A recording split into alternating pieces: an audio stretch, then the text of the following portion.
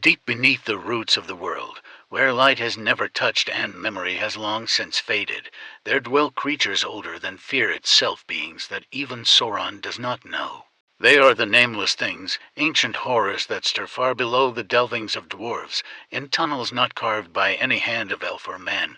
When Gandalf pursued the Balrog into the abyss, he saw them, felt their presence slithering in the dark, and yet refused to describe them. Why? Because even the White Wizard, reborn in flame and glory, would not bring their image into the light of day. That silence speaks volumes. These creatures are not remnants of some known evil. They are not orcs, not dragons, not Balrogs. They are older than Sauron, older, perhaps, than the shaping of Arda itself. What, then, are we to make of such things so old they were never given names, so terrifying they were forgotten by time? They gnaw on the roots of the world, unseen and unspeaking, as if waiting, not asleep, but watching. Their silence is not ignorance, it is choice, it is hunger, and in their unknowable eyes may linger memories of a world before the Valar walked, before even the stars sang. These are not beasts, they are living relics of a reality we were never meant to see. They are the shadow beneath the myth, the chill behind the legend. They are the nameless things, and they have always been here. There are places in Middle-earth where even the bravest souls dare not tread, depths so profound they tremble with a silence that screams. These are the forgotten tunnels, the ancient chasms beneath the misty mountains, places untouched by dwarf, unseen by elf. It was into these depths that Gandalf fell, locked in mortal combat with Durin's bane. But what he found there was not just the darkness of stone and shadow, it was something far worse. In a whisper to Gimli, Gandalf revealed a truth that still shudders in the minds of those who remember. The tunnels were not made by dwarves, far below the deepest delvings. The world is gnawed by things without names, creatures so old, so hidden, that even Sauron, the master of secrets, does not know them. Gandalf had walked among them, had glimpsed their slinking forms, and yet he swore never to speak of what he saw. And that silence, that refusal to bring them into the light of day, is perhaps the loudest warning of all. For if these beings dwell beyond the reach of even the Valar's knowledge, what horrors might they carry in their veins? What purpose do they serve, or are they beyond purpose, beings that simply are? Older than memory, deeper than time, they do not sleep, they do not speak. They gnaw slowly, endlessly, as if they feed on the foundations of the world itself. And if they are always digging, always hungering, where do they plan to emerge? What lies at the end of their tunneled paths? Perhaps one day the mountain roots will split, and the world above will come to know what Gandalf saw and fled from. Until then, they remain unnamed and seen, but never still.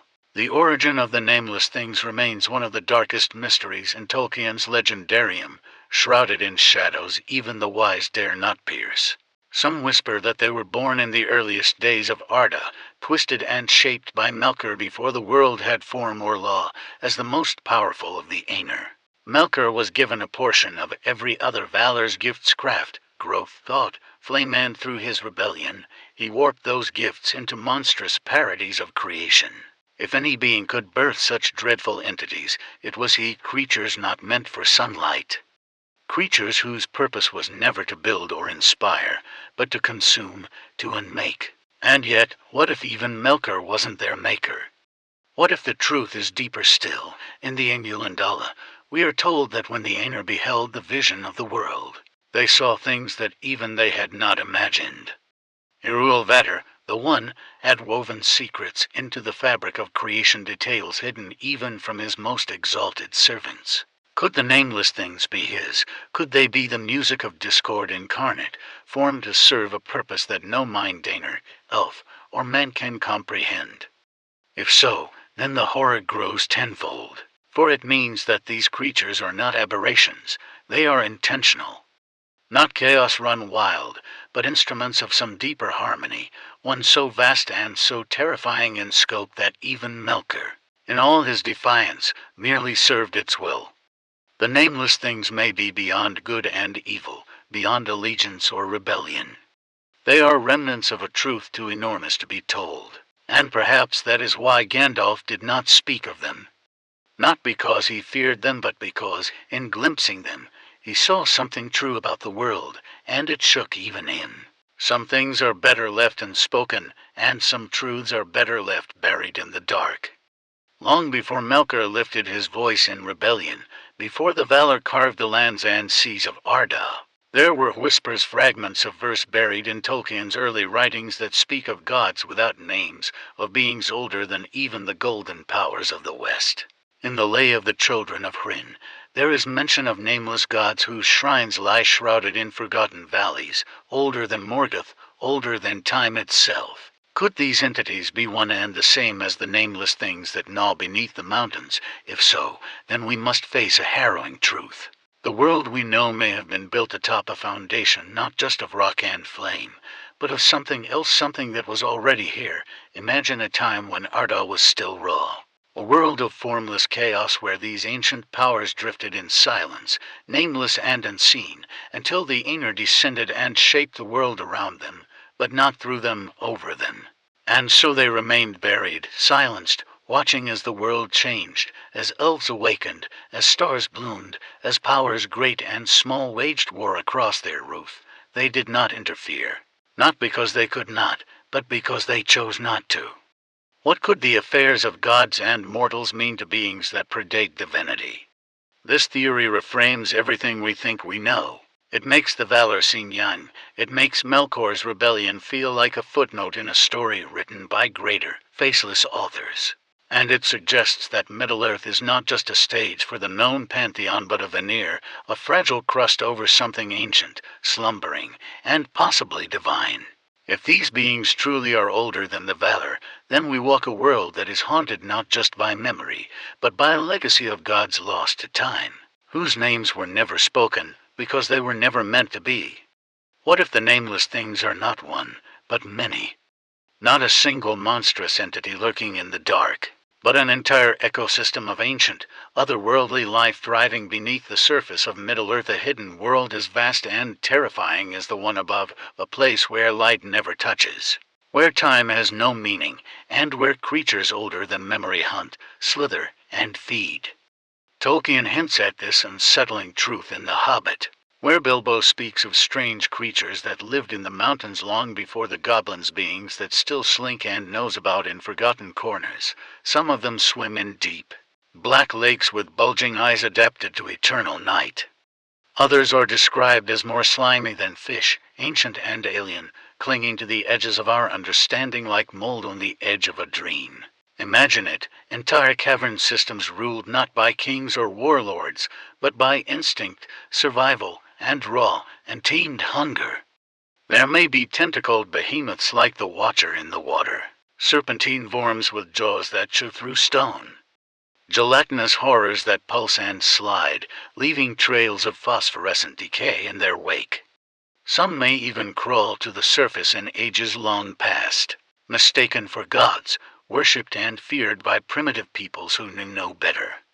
These are not monsters bred for war, they are relics of an era before meaning, creatures without language, without culture, without mercy. This theory transforms the nameless things from isolated cryptids into an abyssal civilization, not intelligent in the way we understand, but alive, ancient, and utterly alien.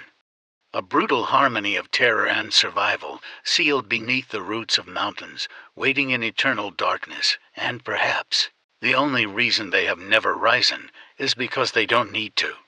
The world above is not theirs, but should the earth ever crack, and the deep places rise, we may discover just how vast their dominion truly is. At the edge of Moria's shattered gate, a pale green tentacle slithered from the black water and seized Frodo's leg. The Watcher in the water, a thing of darkness, silence, and sudden violence. Its massive limbs boiled the lake, dragging its prey down into an abyss no map dared mark. But what was it? Gandalf, when later asked, could only say, there are older and fouler things than orcs in the deep places of the world. Could this monstrous creature be one of the nameless things? Or worse, could it be a herald, a fragment of something deeper, something far more terrifying? The Watcher's behavior fits. It came from the deep, from ancient waters beneath the mountains. A place untouched by sunlight or time, its limbs moved with purpose, its will unified, suggesting not a beast, but an intelligence. And it had no fear, not of dwarves, not of wizards. It struck boldly, as if driven by a hunger born long before the world was tamed. Some say it was driven from the deeper places, expelled by things even it dared not face, if true.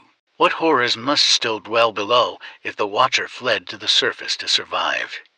But perhaps the most chilling evidence comes not from what it did but what Gandalf didn't say. When recounting his battle with the Balrog, Gandalf speaks of the nameless things in hushed, haunted tones.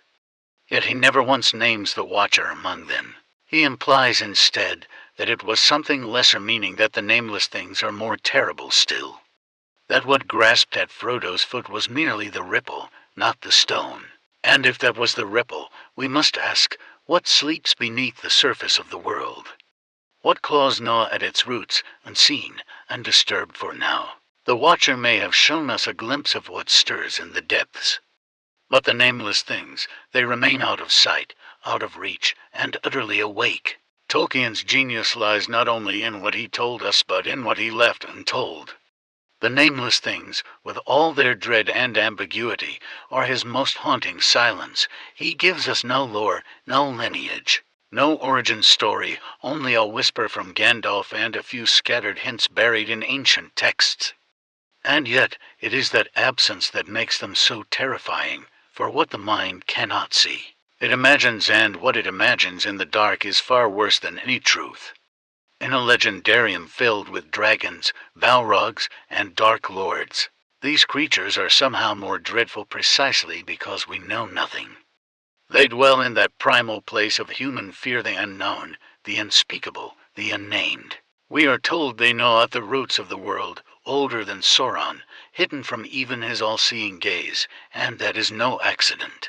Tolkien knew that the greatest monsters aren't the ones we face in open war, but the ones that never rise from the dark.